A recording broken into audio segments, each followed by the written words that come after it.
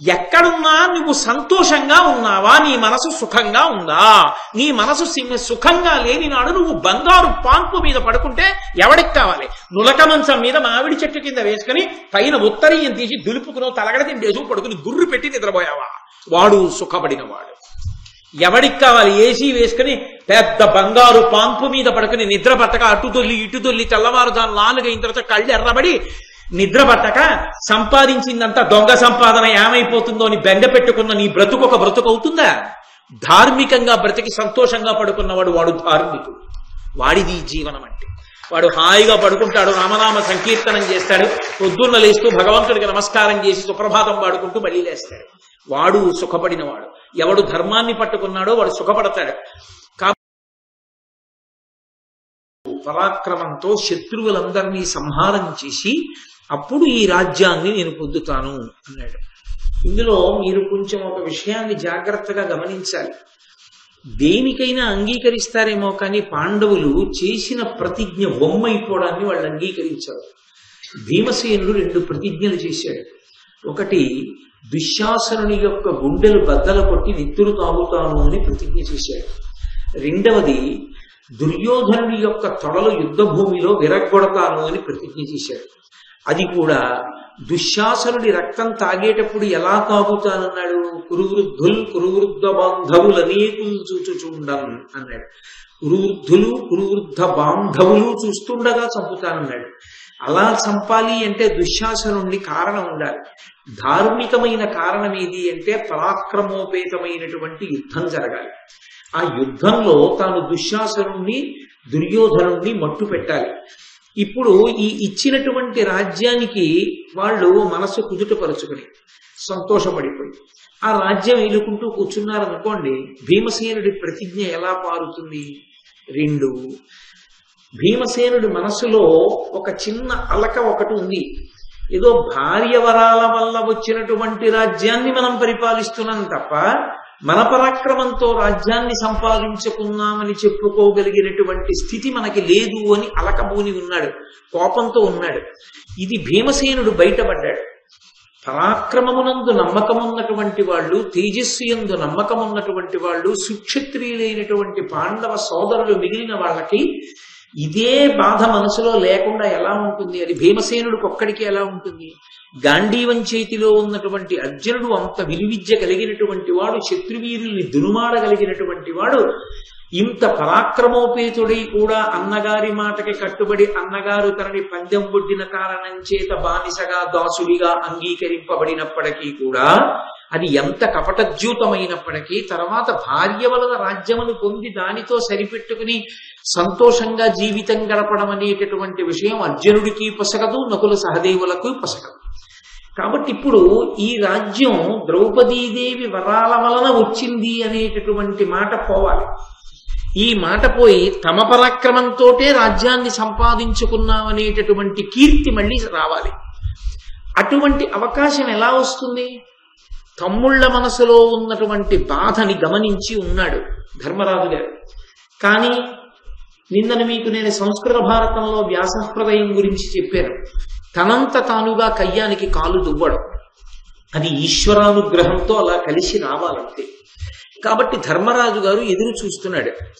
ఎవడు ధర్మాన్ని పట్టుకున్నాడో వాడికి అవకాశం తనంత తానుగా వస్తుంది. అది ఎవరు ఈ వీళ్ళని మట్టు పెట్టాలనుకుంటున్నారో, ఎవరు పాడు చేయాలనుకుంటున్నారో పరమేశ్వరుడు వాళ్ళ చేత పొరపాటు చేయిస్తాడు. పొరపాటు చేయించడం అన్న మాటకు అర్థం ఏమిటి? బుద్ధి వక్రించడం. బుద్ధి సక్రమమైన నిర్ణయం చెయ్యదు. బుద్ధి సక్రమమైన నిర్ణయాన్ని చేయించని కారణం చేత ఒక చిన్న పొరపాటు వల్ల మొత్తం కథ మారిపోతుంది. అది ఎక్కడ జరుగుతుంది అంటే ధర్మాన్ని ఎవడు పట్టుకుని ఉన్నాడో వాడి యొక్క బుద్ధి యందు అటువంటి వైక్లభ్యము సంభవించదు.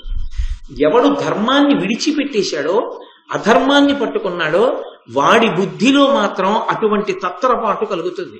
ఆ తత్తరపాటు వాడికి ప్రతికూలంగా, శత్రువులకు అనబడిన వాడికి అనుకూలంగా పనిచేస్తుంది. మీకు నేను ఒక ఉదాహరణ చూపించాలి అంటే, శకుని ఎంతో జాగ్రత్తగా ప్రణాళిక నిర్మాణం చేశాడు. కపటద్యూతానికి అన్ని ఏర్పాట్లు చేశాడు. దుర్యోధనుడికి 1కి 10 మార్లు చెప్పాడు. నీకెందుకు 3 లోకాల్లో నన్ను గెలవగలిగిన వాడు లేడు, నేను ధర్మరాజు గారిని బాగా ఉసిగొల్పి రెచ్చగొట్టి ఆయనకి సంబంధించిన సమస్త వైభవాన్ని నీకు కట్టబెడతానన్నాడు. ఇన్ని చేసినటువంటి శకుని చాలా జాగ్రత్తగా రెచ్చగొట్టాడు ధర్మరాజుని. రెచ్చగొట్టి అన్నిటినీ తనవిగా తీసుకున్నాడు. ఒక్క చోట పొరపాటు పడ్డాడు. ఆ ఒక్క చోట ధర్మరాజు గారి యొక్క వ్యూహమే ఫలించింది, శకుని యొక్క వ్యూహం విఫలమైపోయింది. ఎక్కడ? ధర్మరాజు గారు ద్రౌపదీదేవిని పందెం ఒడ్డి తర్వాత తనని తాను ఒడ్డుకునుంటే ద్రౌపదీదేవి దాసి అయిపోయింది. దాసి అయిపోతే నన్నోడి తన్నోడెనా, తన్నోడి నన్నోడెనా అన్న ప్రశ్న లేదు.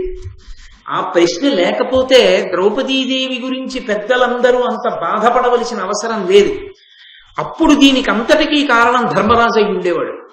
ధర్మరాజు అయ్యుంటే కథ ఇంకొకలా తిరిగేది. అధర్మంతో కూడిన పని చేశాడు కాబట్టి కత్తి కుడిపేసేది ధర్మరాజుని. ధర్మరాజు బుద్ధి సక్రమంగా పనిచేసింది. పులకాంత మహాపతివ్రత నా భార్య, ఆమెను ఒడ్డనన్నాడు. అందుకని 4 తమ్ముళ్ల నొడ్డి తనని తాను ఒడ్డుకున్నాడు. అప్పటి వరకు అంత జాగ్రత్తగా రెచ్చకొట్టి పాచికలు విసిరేసి ఒడ్డించిన శకుని నాలిక కరుచుకున్నాడు. అన్నీ ఓడిపోయానని ధర్మరాజు కూర్చున్నాడు.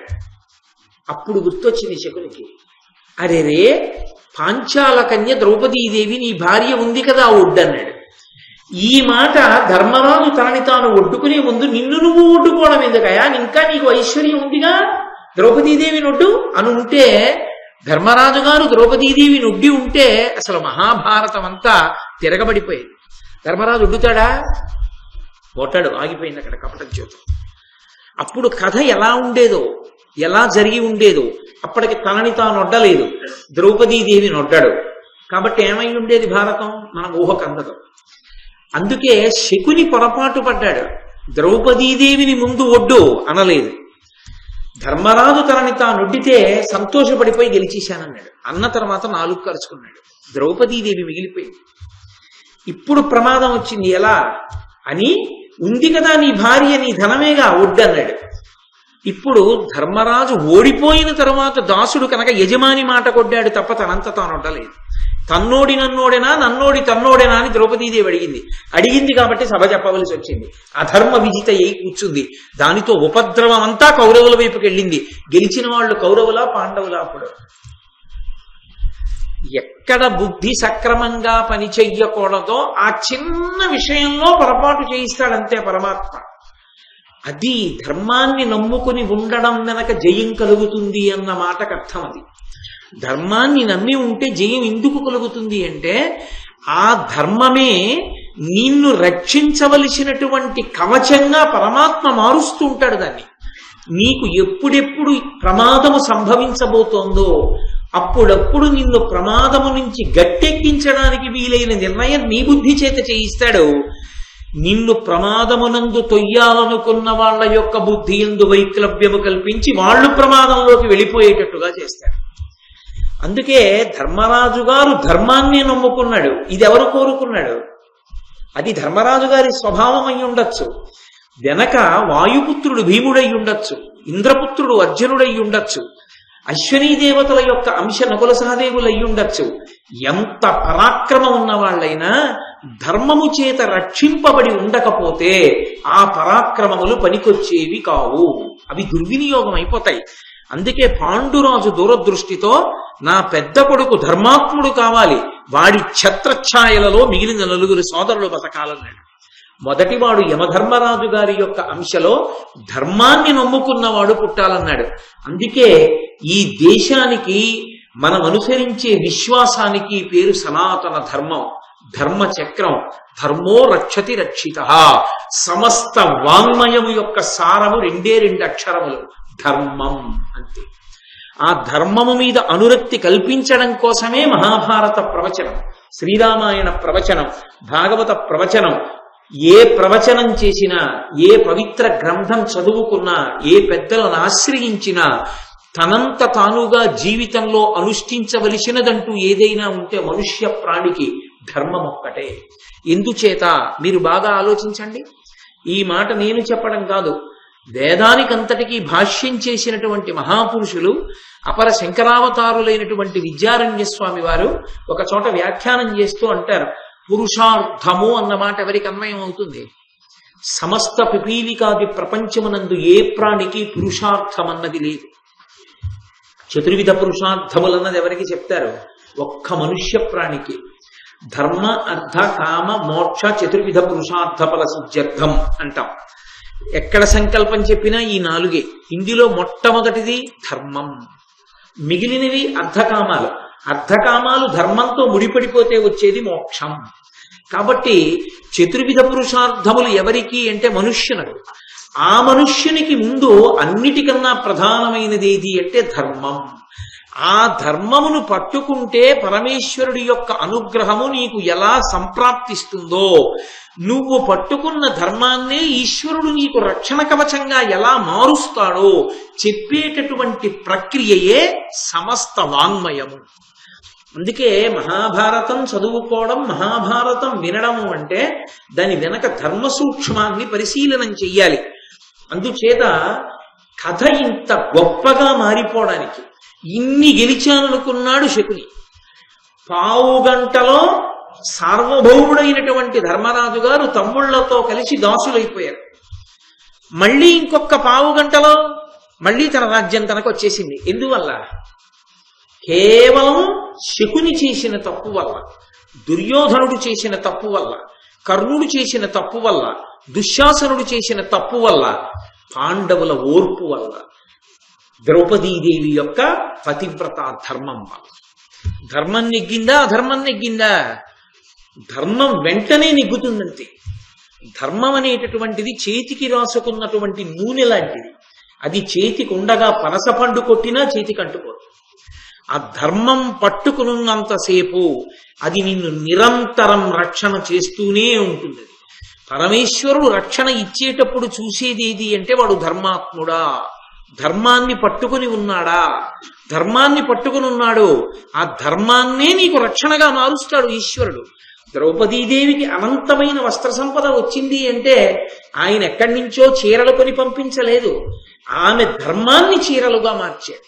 అప్పటికి ఆమె మాన సంరక్షణ కొరకు ఆమె ధర్మము చీరలుగా మారి ఆమె మానాన్ని సంరక్షించింది. పాండవుల ధర్మము ఆ ధృతరాష్ట్ర మహారాజు గారి అంతఃపురంలో అపశకున రూపములో కనపడి ధృతరాష్ట్రుడు భయపడేటట్టు చేసి ఏ పుత్ర వ్యామోహంతో పాండవుల రాజ్యాన్ని కొల్లగొట్టించాడో అదే పుత్ర వ్యామోహంతో భయపడి వరాల రూపంలో వాళ్ళ ఐశ్వర్యం వాళ్ళకి ఇచ్చేటట్టు చేసింది. అది ధర్మం. ఆ ధర్మం కాపాడుతుంది. ధర్మమునందు అంతర్లీనము సహనం. ధర్మాన్ని పట్టుకునేవాడు ఎప్పుడూ ఓర్పుతో ఉంటాడు. అధర్మాన్ని పట్టుకునేటటువంటి వాడు ఎప్పుడూ ఓర్పుతో ఉండడు. మహాభారతం వినేటప్పుడు ఈ విషయాన్ని మీరు ఎర్రసిరాతో వ్రాసుకుని వినాలి. ధర్మాన్ని పట్టుకునేటటువంటి వాడికి చాలా చాలా ఓర్పు ఉండాలి. అధర్మాన్ని పట్టుకునేవాడికి ఓర్పు ఉండాలని మీరు కోరుకోవలసిన అవసరమే ఉండదు. ఎందుకో తెలుసా? మీరు చూడండి, ధర్మం కావాలి అనుకున్నవాడు ఎంత ఓర్పుతో ఉండాలంటే కిష్కింధకాండలో వాలితో ఒప్పందం చేసుకుని సుగ్రీవుణ్ణి చంపేస్తే రామచంద్రమూర్తి, వాలంటే రావణాసురుడికి భయం. ఉత్తర క్షణంలో సీతమ్మ తల్లిని తీసుకొచ్చి అప్పచెప్పేస్తాడు. అసలు సుందరకాండ యుద్ధకాండ లేవు ఇంకా రామాయణంలో. సీతమ్మ దొరికేస్తుంది. ఇదే ప్రశ్న వాలి అడిగాడు చనిపోయే ముందు. పనికి మాలిన వాడు నా తమ్ముడితో సంధి చేసుకున్నావు, నాతో సంధి చేసుకుని ఉంటే నేను ఇలా చిటిక వేస్తే పరిగెత్తుకొస్తాడు రావణుడు, సీతమ్మ నిప్పిద్దును కదా అన్నాడు. నువ్వే తమ్ముడి భార్యని నీ భార్యగా అనుభవిస్తున్నవాడివి, అధర్మంలో ఉన్నవాడివి. అధర్మంలో ఉన్న నీతో చెలిమి చేసి నా భార్యని తెచ్చుకునే కన్నా ఓర్పు పట్టి మరిన్ని కష్టాలు పడి ధర్మానికే తల ఒగ్గి, సుగ్రీవుడు ధర్మమునందున్నవాడు కాబట్టి సుగ్రీవుడు ధర్మాత్ముడు కనుక అతనితో చెలిమి చేసి ఎన్ని కష్టాలు పడి ఓర్పుతో ఉండైనా సరే అప్పుడు నా భార్యని తెచ్చుకుంటానన్నాడు. అంత ఓర్పు ధర్మమునందు నిలబడడానికి అవసరం. అధర్మం పాటించడానికి ఓర్పు ఎందుకండి? అక్కర్లేదు. అవతలవాణ్ణి పాడు చేసేద్దాం అనుకుంటే ఏదైనా చేసి పాడు చేద్దాం అనుకున్నాడు. ధర్మానికి ఓర్పు అక్కర్లేదు. మనం ధర్మాన్ని పట్టుకుంటే పరమేశ్వరుడు మనని అనుగ్రహించి తీరుతాడన్న నమ్మకంలో వేచి ఉండవలసినటువంటి అవసరం ఉంటుంది. నీకు ఎదురు దెబ్బ తగులుతున్నా సరే, కాదు నా ధర్మం నన్ను రక్షిస్తుందని అచంచల విశ్వాసంతో మీరు ధర్మాన్ని పట్టుకుని ఉండగలిగితే ధర్మము కాపాడి తీరుతుంది. ధర్మము ఓడిపోవడం అన్నది ఉండదు. ఎందుచేత ధర్మమే ఓడిపోతే ఈశ్వరుని అస్తిత్వమే ప్రశ్నింపబడుతుంది. అసలు ఈశ్వరుడు ఉన్నది ఎందుకు? ధర్మాన్ని రక్షించడానికి. ధర్మ సంస్థాపన కొరకే ఆయన అవతార స్వీకారం కూడా చేస్తాడు. ధర్మ సంస్థాపనార్థాయ సంభవామి యుగే యుగే. అటువంటి ధర్మానుష్ఠానము కొరకే ఓర్పు. ఆ ధర్మం అక్కర్లేదు అని ఒక్క మాట అనుకుంటే ఇక ఓర్పు అవసరం ఉండదు. ఓర్పు దేనికి పట్టాలి అంటే చేతకానితనంతో ఓర్పు కాదు, ధార్మికంగా బ్రతకడానికి ఓర్పు కావాలి. అందుకంది కౌసల్య రామాయణంలో అయోధ్యకాండలో రామచంద్రమూర్తి బయలుదేరుతుంటే సవై రాఘవశార్దూల ధర్మస్వామభిరక్షతు, ధృత్యేన నియమేన చ, నువ్వు ఏ ధృతితో విశ్వాసంతో నియమంతో ధర్మాన్ని నమ్ముకున్నావో ఆ ధర్మాన్ని వదలకు రామా, ఆ ధర్మమే నిన్ను కాపాడుతుందండి. ఆ ధర్మమే పట్టుకున్నాడు. త్రేతాయుగంలో రాముడు ధర్మాన్ని పట్టుకున్నాడు కాబట్టి త్రేతాయుగం ద్వాపరయుగం అయిపోయిన తర్వాత కూడా కలియుగంలో కూడా ఎక్కడ చూసినా ప్రతి గ్రామంలో రామాలయం కట్టి రామచంద్రమూర్తి అనుగ్రహానికి మనం పాత్రులం అవుతున్నాం. ఏది వ్రాసినా శ్రీరామ వ్రాయకుండా ఉండం, శ్రీరామ నామం పలకకుండా ఉండం. అంటే ధర్మము ఎంత అవసరమో మనకి తెలియచేస్తుంది. ధర్మాన్ని ద్వాపర యుగంలో పట్టుకున్నాడు కృష్ణ పరమాత్మ. అన్ని కష్టాలు పడ్డాడు, ఓర్చాడు. ఓర్పు పట్టేది దేనికి అంటే ధర్మమునందు నమ్మకాన్ని మిగుల్చుకోవడానికి ఓర్పు అవసరం తప్ప ఆ క్షణానికి వదిలిపెట్టి పారేద్దాం లేదు ధర్మం అని తనకి ఎప్పుడెప్పుడు సుఖంగా ఉందనిపించిందో అప్పుడు ధర్మానుష్ఠానం, ఎప్పుడెప్పుడు ధర్మాన్ని వదిలేస్తే సంతోషంగా ఉంటుందనిపిస్తుందో అప్పుడు వదిలేయడానికి ధర్మం కాదు, కష్టంతోనైనా పట్టుకున్నదే ధర్మం. అందుకే ధర్మానుష్ఠానమునందు ఓర్పు ఉండాలి. అసలు రెండవ దానికి ఓర్పు అన్న మాట లేదు. అందుకే సహనము చాలా గొప్ప గుణము. దేని చేత అంటే కేవలము ఓర్చాడు కాబట్టి కాదు, ధర్మబుద్ధితో ఓర్చాడు కనుక. అది అక్కడ ఓర్పు యొక్క గొప్పతనం భారతీయత యందు ప్రకాశించడానికి వైభవం అక్కడుంది. అందుచేత మహానుభావుడైనటువంటి ధర్మరాజు తమ్ముళ్ళ యొక్క హృదయం కనిపెట్టలేడా? నా తమ్ముళ్ళకి ఇష్టం లేదు ఈ రాజ్యాన్ని అనుభవించడం, నేను ఈ జూదానికి బయలుదేరే పర్యంతము నా తమ్ముళ్ళు సంతోషంగా ఉన్నారు రాజులుగా, ఇప్పుడు రాజులే, కానీ వాళ్ళకి సంతోషంగా లేదు. వాళ్ళ ఆసనాల మీద కూర్చోలేకపోతున్నారు, మేము రాజులు అనలేకపోతున్నారు, వాళ్ళ అన్నం తినలేకపోతున్నారు, వాళ్ళు భోగంగా ఉండలేకపోతున్నారు. ఎందుకని?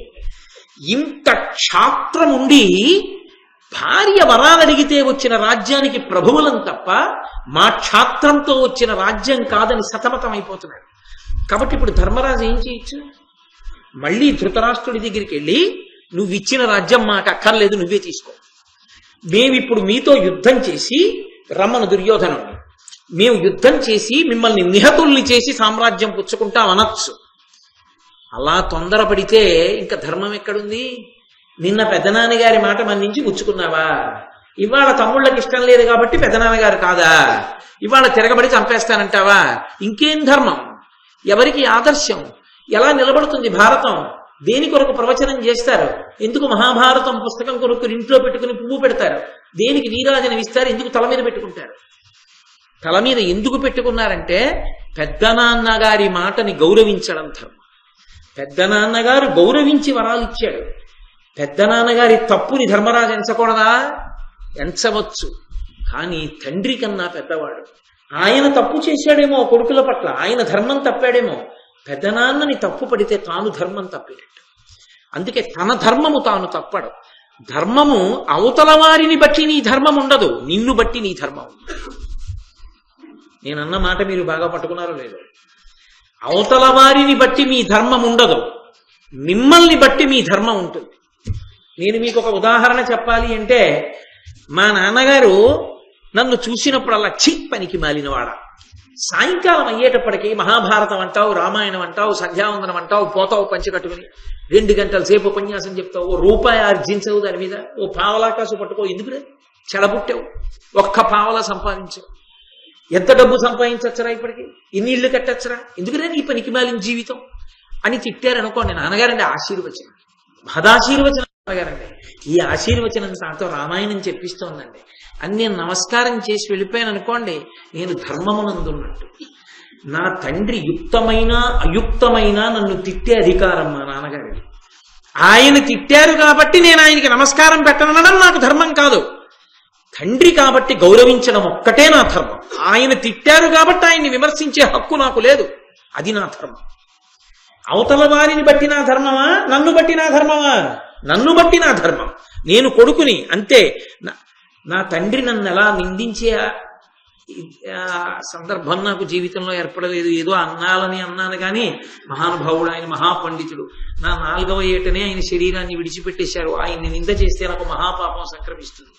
ఆయన్ని అనాలని నా ఉద్దేశ్యం కాదు, సభ మీద పెట్టకూడదు కనుక నా మీద పెట్టుకున్నాను ఆ ఉపమానాన్ని. దానికి నేను క్షమింపబడేదను కాక. కాబట్టి తండ్రి దెబ్బలాడారని చెప్పి తండ్రిని నింద చేయకూడదు. తండ్రిని అలా నింద చేస్తే అది తన ధర్మం అవదు, అది పుత్రధర్మం కాదు. తండ్రి కోపం వచ్చి మన ఎందు దోషం లేకపోయినా నాన్నగారు తిట్టచ్చు.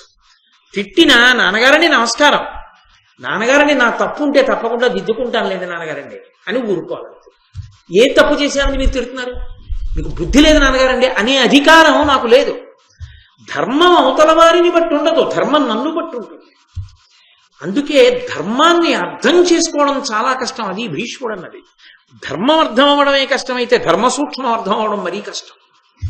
కాబట్టి ధర్మము తన వైపు నుండి ఉంటుంది.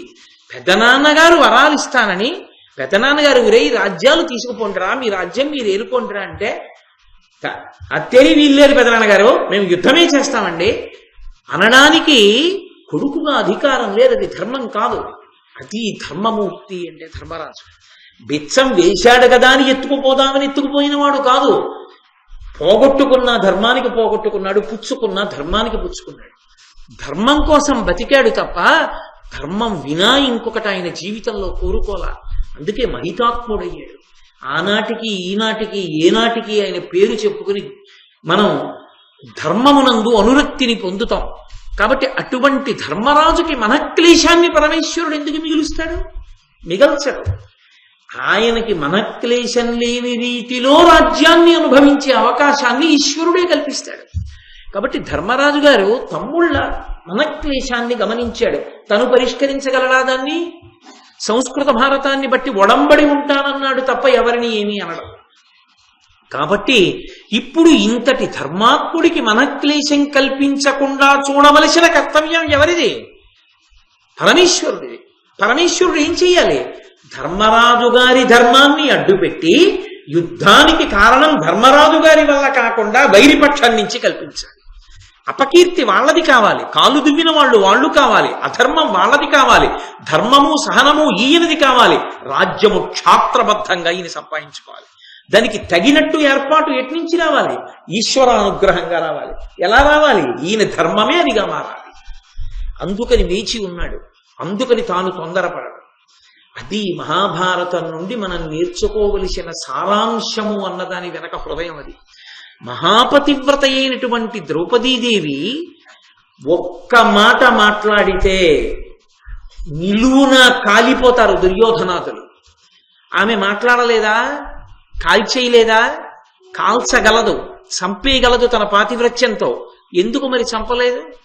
తన పాతివ్రత్య ధర్మానికి అనంతమైన చీరలు తెచ్చుకోగలిగిన తల్లి తన పాతివ్రత్యంతో ఒక్క మాట అని ధార్తరాష్ట్రుల వంశాన్ని నిర్మూలనం చేయలేదా?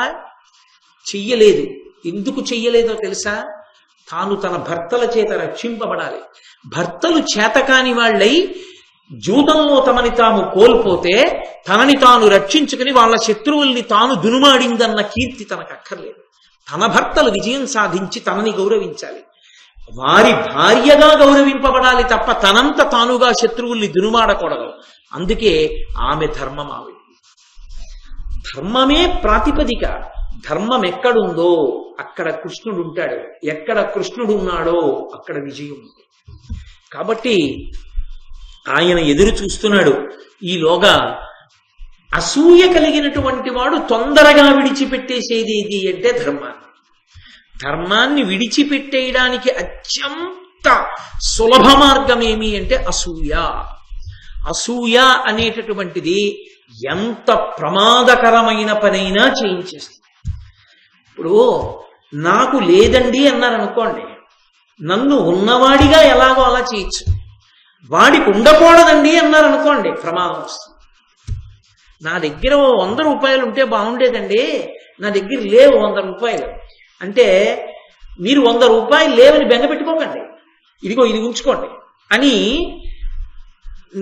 నాకు ఏదో మా నాన్నగారో మా పెదనాన్నగారో మా పెద్దతండ్రి గారో ఉంచుకోరా అని 100 రూపాయలు నా జేబులో పెట్టారనుకోండి, నేను ఇప్పుడు 100 రూపాయలు ఉన్నవాడిని అయిపోతాను. కానీ ఎవరో ఒకరిని చూపించి వారు వెండి కంచంలో అన్నం తింటున్నారు, వాడు వెండి కంచంలో అన్నం తినడమే నాకు కిట్టదన్నాను అనుకోండి, ఇప్పుడు నాకు వెండి కంచం ఉంటే నా కోరిక తీరుతుందా? తీరదు. నాకు వెండి కంచం ఉండడం కాదు, నాకు కావలసిన అవతల వాడు వెండి కంచంలో తినకూడదు. ఇప్పుడు తేలిక మార్గం ఏమైపోతుంది, నేను ధర్మం తప్పిపోతాను. ఎందుకని నాకు వెండి కంచం రావడం కాదు, అవతల వాడికి వెండి కంచం ఉండకూడదు. వాడికి వెండి కంచం ఉండేటట్టు చేసిన వాడు పరమాత్మ, నీకు వెండి కంచం ఇచ్చిన వాడు పరమాత్మ. నీకు వెండి కంచంలో నువ్వు తిను, వాడు తింటున్నాడు వాడు తినకూడదని ఏడిస్తే నువ్వు పాడు చేయాలి. పాడు చేయగానే ధర్మం తప్పావు. అసూయ ఎక్కడుందో అక్కడ ధర్మం పోతుంది. దుర్యోధనుడు పాడైపోయాడు అసూయ వల్ల అని తీర్పు చెప్పి భారతం చదవడానికి కాదు, అసూయ ఏర్పడగానే ధర్మం పోతుంది. దాని వలన నేను కాదు, నా వెనక ఉన్న వాళ్ళందరూ పాడవుతారు. కాబట్టి వద్దు అసూయ, అది అత్యంత ప్రమాదకరమైన లక్షణం. కాబట్టి ఇంకొకరికి ఉంటే తాను సంతోషించగలిగిన లక్షణాన్ని పొందాడనుకోండి. అందుకే పరద్రవ్యాణిలో స్థవత్. మన సనాతన ధర్మమునందున్న గొప్పతనం ఏమిటంటే, మీకు ఇలా ఉండండి అని చెప్పి వదిలేయదు. ఇలా ఉండండి అని నేను చెప్పాను అనుకోండి, ఎలా ఉంటానండి అని మీరు నన్ను అడగచ్చు కదా. ఏమండి మీరు ఇతరుల ద్రవ్యమునకు ఆశపడవద్దు అని నేను అన్నాను అనుకోండి, ఆశపడకుండా ఎలా ఉండాలండి అని నన్ను అడిగారు అనుకోండి, నేనేం చెప్పాలి?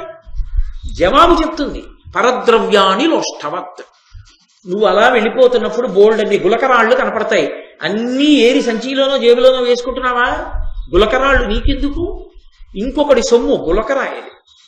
అది వెండి కంచం కావచ్చు, బంగారు పట్టెడ కావచ్చు, నా దృష్టిలో గులకరాయి, నాకు అక్కర్లేదు. ఆయనకి బంగారు పట్టెడ, నా దృష్టిలో నాది కానిది గులకరాయి. ఇప్పుడు నాకు అసూయ జనిస్తుందా? జనించదు. పరస్త్రీయందు వ్యామోహం కలిగింది, మాతృవత్ పరదారేషు. అందరి యందు కామాక్షి పరదేవతని చూడగలిగావు. మా అమ్మ కామాక్షే ఇన్ని రూపాలతో కూర్చుంటుంది, సాయంకాలం అయ్యేటప్పటికీ అందరూ గుళ్ళోకి వెళ్ళి చూస్తారు. నేను ఇక్కడ కూర్చుంటే నా ఎదురుగుండా కామాక్షి 200 ముఖాలతో కూర్చుని ఉంటుంది, నేను ఆ తల్లిని ఇన్ని ముఖాలతో చూసి పెడుతూ ఉంటాను అని అనుకున్నాను అనుకోండి, అన్యమైన కోరిక పుట్టదు. అది మనకి వేదాంతము సమాధానం చెప్తుంది. ఇలా ఉండు, నిన్ను అసూయ పట్టదు అని చెప్తుంది. అలా చెప్పేవాడు లేడా దుర్యోధనుడికి? చెప్పేవాడు ఎప్పుడూ ఉన్నాడు, విదురుడు వినడు. అంటే అసూయ కన్నా ప్రమాదకరమైంది ఏది? మాట వినకపోవడం. ఒకదానికన్నా ఒకటి ప్రమాదకరమైనది. అందుకే ఏది కానివ్వండి, అది భారతం కానివ్వండి, రామాయణం కానివ్వండి, భాగవతం కానివ్వండి, సందేశం అంతే. సీతమ్మైనా రామాయణంలో ఇదే అడుగుతుంది, ఇహ సంతో నవాసంతి సతోవా నానువర్తసే తథాహి విపరీతాతే బుద్ధిరాచారవర్జిత అని అడిగింది. చెప్పేవాళ్ళు ఎవరు ఇక్కడ లేరా? చెప్పినా నువ్వు విని ఆచరించవా? ఎక్కడుందిరా దోషం అని అడిగింది. చెప్పేవాడు లేకపోతే నా పుర్రెకి అలాగే తోచిందండి, చెప్పిన వాళ్ళు లేరు, పాడైపోయాననొచ్చు. చెబుతున్న విదురుడు ఉన్నాడుగా, మరి నువ్వెందుకు వినలా? చెప్పకూడని మాటలు చెప్తున్నటువంటి శకుని మొదలైన వాళ్ళ మాటలు ఎందుకు విన్నావు? ఇప్పుడు దోషం నీది. ఎందుకు వచ్చింది? అసూయని గెలవడానికి మంచి మాట వినాలి. ఆ మంచి మాట వినే లక్షణం కూడా లేకపోతే ఏమవుతాడు? సర్వనాశనం అవుతాడు. ఆ మాట వినని లక్షణానికి విరుగుడేమి అంటే మహాత్ముల మాట చేత చచ్చిపోతాడు. ఆరణ్యకాండలో అలాగే మహర్షి వచ్చి శపిస్తాడు దుర్యోధనుణ్ణి. కాబట్టి ఏమవుతుంది? అసూయ, మాట వినకపోవడం, ఈ రెండు ఒకదాన్ని మించినటువంటి ఒకటి ప్రమాదకరమైనవి. అగ్నిహోత్రము, నెయ్యి రెండు పక్క పక్కన ఉన్నాయనుకోండి, జాడీల నిండా నెయ్యి ఉంది, అగ్ని రగిలింది, అంటుకుంది అగ్ని. ఎక్కడికో వెళ్ళి నూతి దగ్గరికి బిందె నీళ్ళు ఎక్కడ తీసుకొస్తానండి, జాడీలతో నెయ్యి ఇక్కడే ఉంది, ఇది పోసేస్తాను, నీళ్లలాగే ఉంది కదా అని పోసేశాడు. ఆరుతుందా?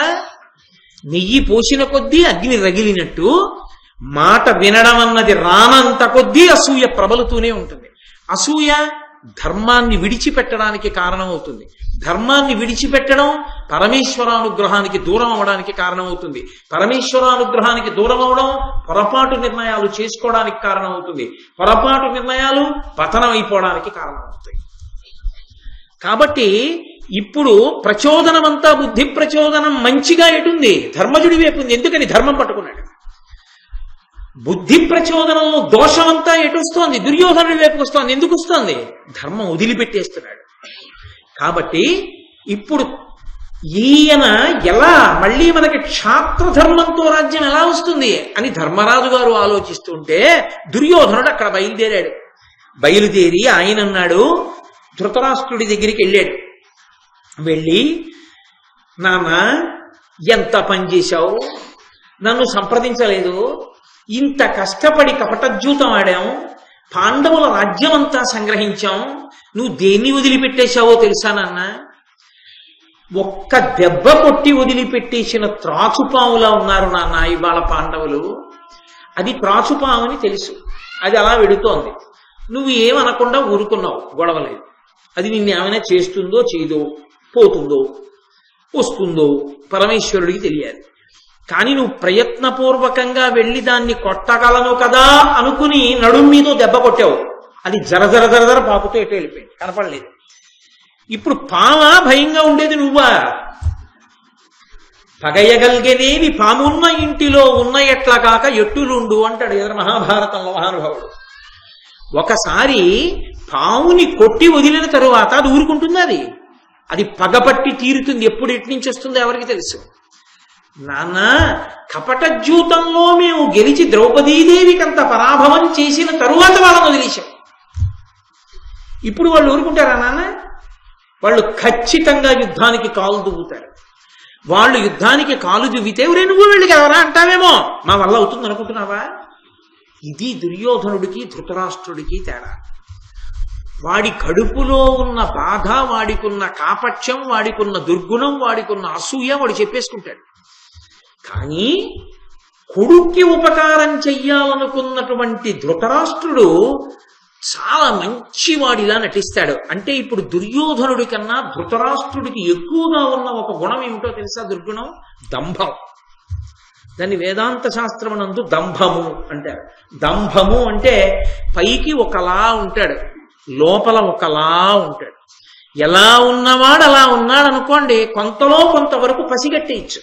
ఇప్పుడు చెడ్డవాడు చెడ్డమాట మాట్లాడు, వీడి చెడ్డవాడండి దూరంగా పెట్టండి అనొచ్చు. మంచివాడిలా ఉంటున్నాడు అనుకోండి, ప్రమాదం. అందుకే దంభానికి ఉదాహరణ ఎవరిని చెప్తారంటే కొంగని చెప్తారు. కొంగ చూడండి తెల్లగా ఉంటుంది, చక్కగా ఏదో ఒక చెరువులో ఆ కెరటాలు వస్తున్న దగ్గర ఒడ్డున నించుంటుంది, ఒంటి కాలు మీద నించుంటుంది, ఇలా చూపులు పైకెత్తి చూస్తూ ఉంటుంది. దూరం నుంచి చూసిన వాళ్ళకి ఎలా ఉంటుందంటే ఆ మడుగులో స్నానం చేసి ఒంటికాలు మీద తపస్సు చేస్తున్నటువంటి యోగి పుంగవుళ్ళ ఉంటుంది. శుద్ధ సత్వగుణంలా తెల్లగా ఉంటుంది, ఇలా ఉంటుంది. కానీ దాని చూపంతా ఇలా ఉంటుంది. చేప దగ్గరికి వస్తుందేమో అని చూస్తుంది. చేప పాపం ఇది కదలట్లేదు, చాలా మంచిది అనుకుని దగ్గరికి వస్తుంది. చటుక్కనే ఆ నోరు కింద పెట్టి చంపుటములలోకి చేపని పట్టి పైకి ఎగిరిపోతుంది. తెల్లగా ఉండి ఒంటికాలు మీద నిలబడి నీటిలో నిలబడి జపం చేస్తున్న దానిలా ఉన్నటువంటి కొంగ జపం చేస్తున్నది కాదు, నిజంగా సత్వగుణం కలిగినది కాదు, చేప కోసం నించుంది, చేప దొరకగానే ఎగిరిపోతుంది. దంభము పైకి ఒకలా ఉండి లోపల ఇంకొకలా ఉంటాడు. రామకృష్ణ పరమహంస ఒక మాట చెప్తుండేవారు. వెనకటికి ఒక ఆయనకి బట్టలు కొట్టుండేది. ఆయనకు ఒక గొప్ప లక్షణం ఉండేది. మొట్టమొదటి ఎవరైనా రాగానే పిలిచి, మరి యజమాని కదా, అయ్యా అయ్యా అయ్యా అయ్యా నమస్కారం నమస్కారం నమస్కారం, రండి రండి రండి రండి, ఏం కొంటారు అని అడిగేవాడు. వచ్చిన వాళ్ళు ఏం కొందామనుకుంటున్నారు అన్నది మాట్లాడినటువంటి మాటల్ని బట్టి ఒక్క 2-3 నిమిషాల్లో పసిగట్టేసేవాడు.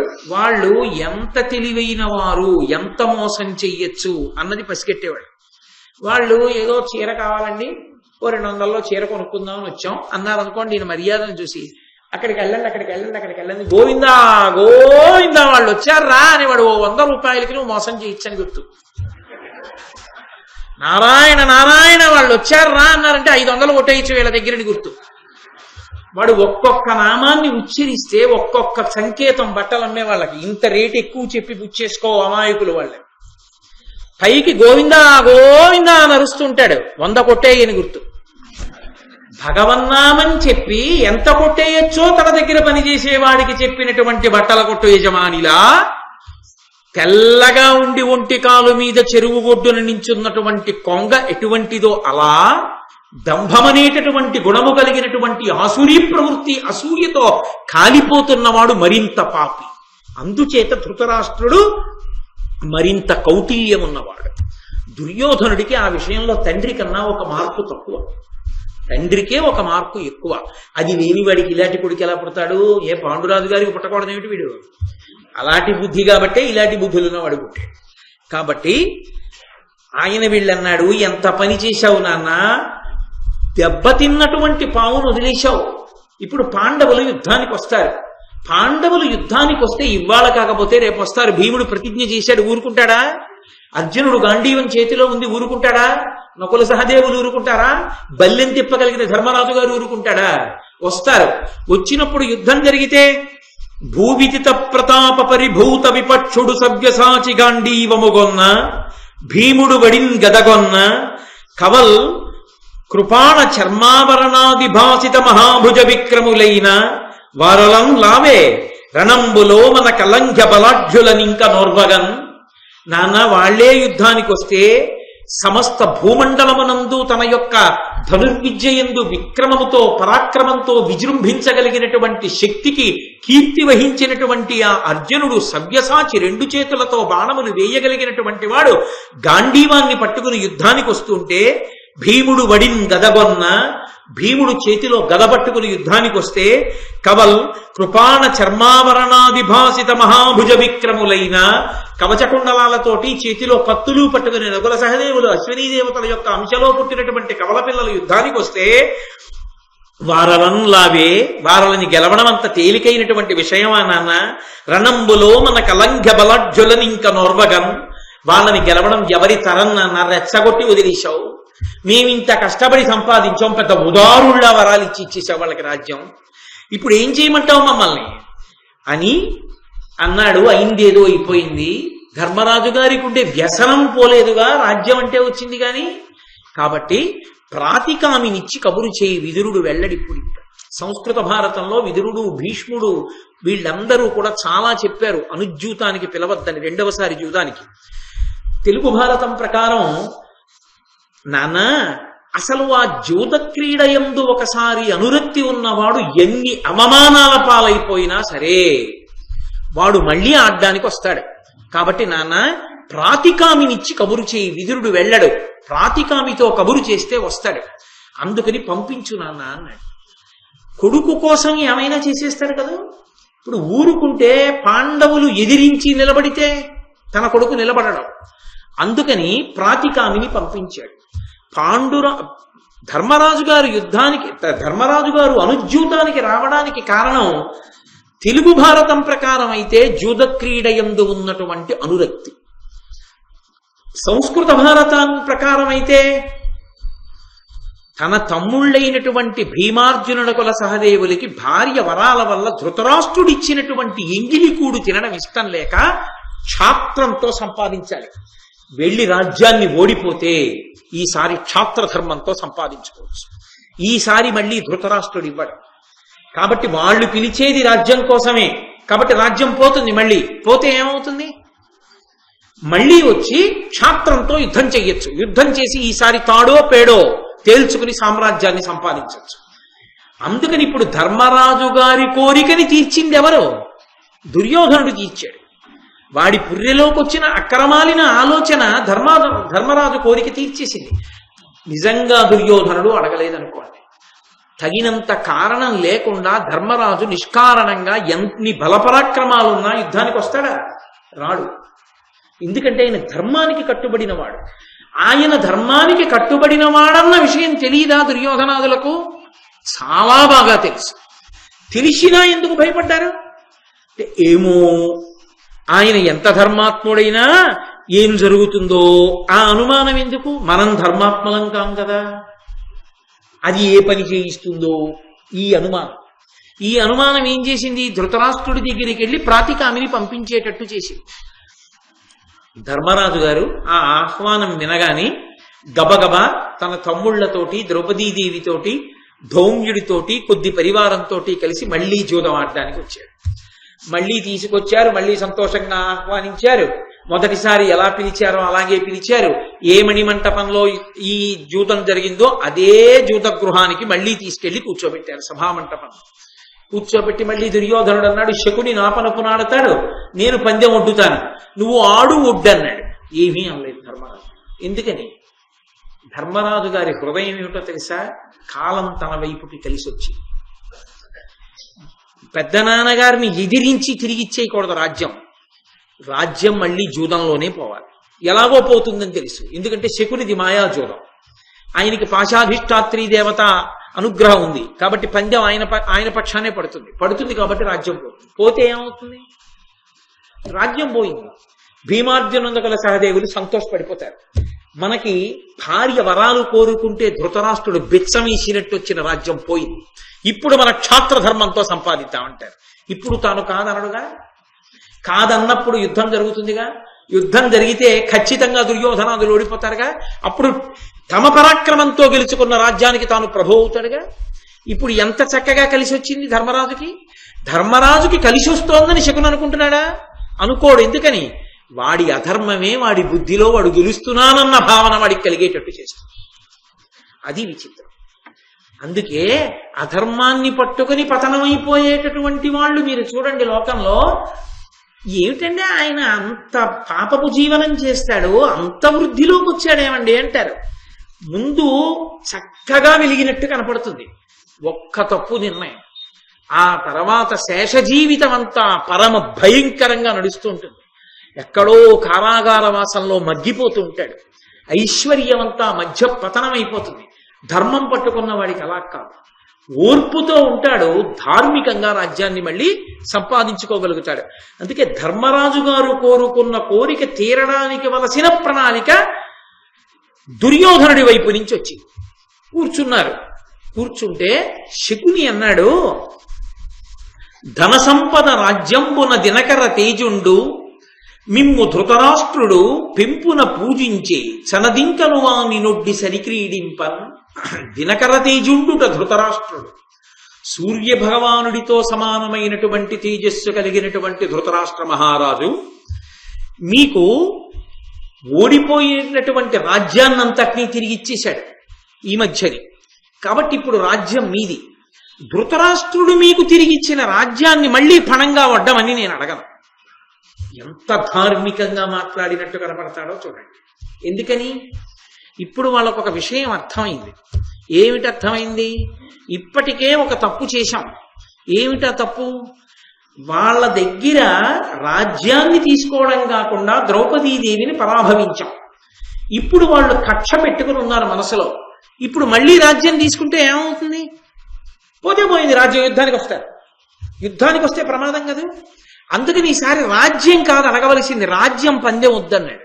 మరి ఏమిటి పందెం వడ్డాలి అంటే అంటున్నాడు, ఏమీ లేదు, ఈసారి ఎవరు ఓడిపోతారో వాళ్ళు జింక చర్మం నారచీరలు ధరించి బ్రహ్మచర్యం పాటిస్తూ అరణ్యాలలో 12 సంవత్సరములు తిరుగుతూ కేవలము దుంపలు, తేనె, కందమూలములు తింటూ జీవనం చేసి 12 సంవత్సరములు అరణ్యంలో అలా బ్రతికిన తరువాత 1 సంవత్సరం పాటు ఏదైనా ఒక రాజ్యంలో ఎవరికీ తెలియకుండా అజ్ఞాతమైనటువంటి జీవితాన్ని గడపాలి. ఈ అజ్ఞాతవాసం చేస్తున్నటువంటి సంవత్సర కాలంలో ఒకవేళ ఓడిపోయిన వాళ్ళని గెలిచినటువంటి వాళ్ళు మళ్ళీ పట్టుకోగలిగితే, ఇదిగో నువ్వు ఇక్కడ ఉన్నావు అని దొంగాటలా పట్టుకోగలిగితే మళ్ళీ 12 ఏళ్ళు ఒక ఏడాది అజ్ఞాతవాసం మళ్ళీ చేస్తున్నాడు. అంటే ఇప్పుడు రాజ్యం అడిగాడా శకుని? అడగలేదు. ఎందుకని? అరణ్యానికి వెళ్ళిపోయిన తర్వాత ఇంకా రాచరికం ఎక్కడ ఉంటుంది? ఉండదు. వాళ్ళు అడవికి వెళ్ళిపోతారు. అడవికి వెళ్ళిపోయిన వాళ్ళ వెనక సైన్యం ఎక్కడ ఉంటుంది? సైన్యం ఉండదు. 12 ఏళ్ళు అరణ్యానికి వెళ్ళిన వాళ్ళు ఎక్కడో అడవుల్లోకి వెళ్ళిపోయి ఆ కందమూలాలు తింటూ ఆ తేనె తాగుతూ దిక్కు తోతక బ్రహ్మచర్యంతో తిరుగుతూ నారచీనలు కట్టుకుని తాము రాజులమన్న విషయాన్నే మరిచిపోయి పౌరుష ప్రతాప విహీనులై తిరుగుతుంటే మనం ఇంత సైన్యాన్ని ప్రోధి చేసి ఇంకా బలంతో ఎప్పుడో అకస్మాత్తుగా అరణ్యానికి వెళ్ళి 5గురిని మట్టు పెట్టేయచ్చు. శాశ్వతంగా పీడ వదిలిపోయింది. ఒకవేళ మనం మట్టు పెట్టలేదు అజ్ఞాతవాసం చెయ్యాలిగా. అప్పుడేముంది, 5గురు దాక్కోవడానికి తేలికైన వాళ్ళేంటి? ఎవరి తేజస్సు అందులో దాగుతుంది? భీమసేనుడు ఎక్కడ దాగుతాడు? అర్జునుడు ఎక్కడ దాక్కుంటాడు? వాళ్ళ మనుష్యుల యొక్క ఆహార్యములే అలా ఉంటాయే, వాళ్ళని చూస్తేనే తెలిసిపోతుంది. అంతటి పౌరుష పరాక్రమోపేతులే, అంతటి తేజోవిరాజితులే. అటువంటి వాళ్ళు ఎక్కడ దాక్కుంటారు? ద్రౌపదీదేవి ఎక్కడ దాక్కుంటుంది? వాళ్ళు ఎక్కడ దాక్కున్నా తెలిసిపోతారు. తెలిసిపోతే మనం ఇదిగో మీరు ఇక్కడ ఉన్నారు అని ఒక మాట అంటే చాలు. అద్దెబ్బే మేము లేవు అందరూ. ఎందుకని? ధర్మరాజు ఒప్పుకుంటాడు కాబట్టి, ధర్మం ఉన్నవాడు కాబట్టి ఒప్పుకుంటాడు కాబట్టి మళ్ళీ 12 ఏళ్ళ అరణ్యవాసానికి పోతారు. కాబట్టి ఇప్పుడు వాళ్ళకి వాళ్ళ రాజ్యం గెలవవలసిన అవసరం మనకే ఉంది. అలా అరణ్యాలు పట్టి తిరుగుతూనే ఉంటారు. ఇంకా మనం ఎప్పుడో అవకాశం వచ్చినప్పుడు సైన్యంతో వెళ్ళి పట్టు పెట్టేస్తాం. ఏమయ్యారు పాండవులు? ఎవరికి తెలుసు? ఎక్కడో ఉన్నారు అడవిలో. ఏమయ్యారు పాండవులు? ఎక్కడో ఉన్నారు అజ్ఞాతవాసంలో. ఏమయ్యారు పాండవులు? ఏమో ఏ పులి తినేసిందో పీడా పోయిందంట. ప్రజలు మర్చిపోతారు. ఎదురుగుండా లేనివాడు జ్ఞాపకం ఉండడుగా, కాబట్టి మర్చిపోతారు. గొడవ వదిలిపోయిందిగా. అంటే ఎంత ప్రమాదకరమైన ఆలోచనలు తేగలిగిన వాళ్ళో చూడండి దుష్ట చతుష్టయం. దీనికి నీ రాజ్యాన్ని శాశ్వతంగా అపహరించడానికి నీ తేజస్సులకు భయపడి మీతో యుద్ధం చెయ్యలేక ఇలా పణం పెడుతున్నాం అంటారా? అనరు. అక్కడే పప్పులో కాలేశాడు శకుని. నేను మీతో అన్నాను కదా, బుద్ధులు ప్రచోదనం చేయబడతాయి పరమేశ్వరుడి చేతని. ధర్మరాజు గారు ధర్మానికి కట్టుబడి కూర్చున్నాడు. పందెం ఇదని కూడా ఆయన అనలేదు. ఆయన కూర్చున్నాడు. చాలా తెలివిగా ఆలోచించాననుకున్న శకుని అక్కడే పప్పులో కాలుబడింది. ఎక్కడ? రాజ్యం పోగొట్టుకుని అరణ్యానికి వెళ్ళమని లేదు. మీరు అరణ్యవాసం అజ్ఞాతవాసం చెయ్యాలన్నాడు. చెయ్యగలరేమిట్లే అనుకున్నాడు. చేస్తే ఆలోచించలేదు. అప్పటికేమనుకున్నాడు? చేస్తే జూదం ఉందిగా అనుకున్నాడు. కానీ ఏమైంది? మహర్షి కనబడి అక్ష విద్యని ప్రసాదించాడు ధర్మరాజుకి. అందుకని జూదం ఆడలేకపోయాడు. ఇటు జూదానికి తలుపులు పూసుకుపోయాయి అరణ్యవాస అజ్ఞాతవాసాల తర్వాత.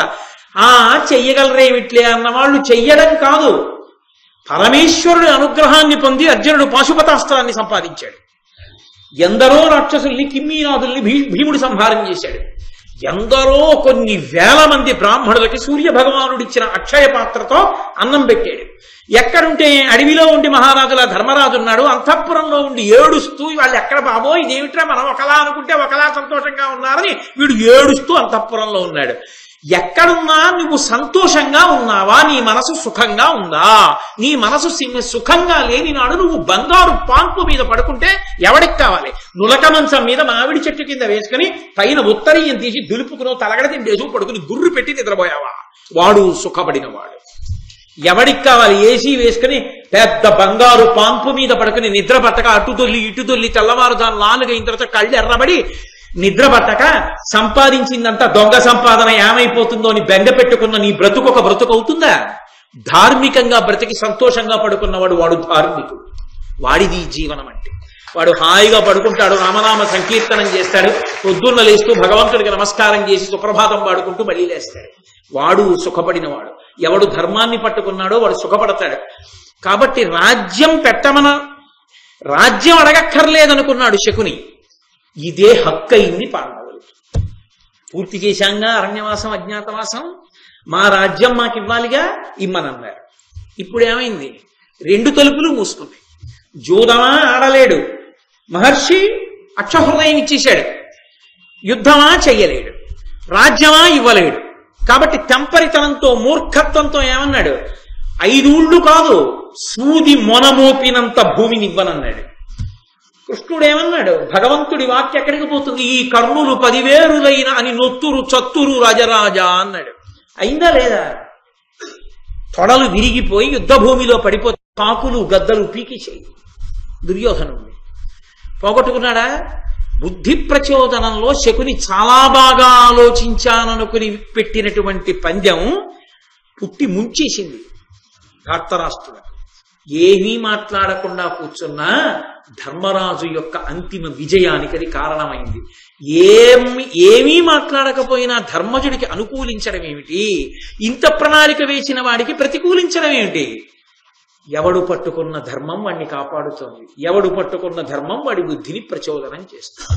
నువ్వు మాట్లాడకరా, వాడు మాట్లాడి గోతిలో పడతాడు అన్నాడు పరమాత్మ. ధర్మరాజు గారు పక్కన నిలబడే చెప్పాలా? కృష్ణుడు నిలబడకుండానే రక్షించాడు. అది కృష్ణ వైపు. కొన్నిసార్లు పక్క నుండి కాపాడతాడు, కొన్నిసార్లు పక్కన లేనట్టుగా ఉండి కాపాడతాడు. కాబట్టి ధర్మరాజు గారు అన్నారు అలాగే, దానికే ఉంది, అలాగే ఉంటుతాడు అన్నాడు. నువ్వు అన్నట్టే ఎవరు గెలిస్తే వాళ్ళది అంతఃపురంలో ఉంటారు, ఎవరు ఓడిపోతే వాళ్ళు 12 ఏళ్ళు అరణ్యవాసం, 1 సంవత్సరం అజ్ఞాతవాసం వెళ్ళిపోతారు. ధర్మసుతుడొడ్డి శకునిక ధర్మస్థితి నోటుబడియే దైవము చెయ్యిది నిర్మితమైన శుభాశుభ కర్మఫలం బెట్లు దేహి కడబగ నేర్చును.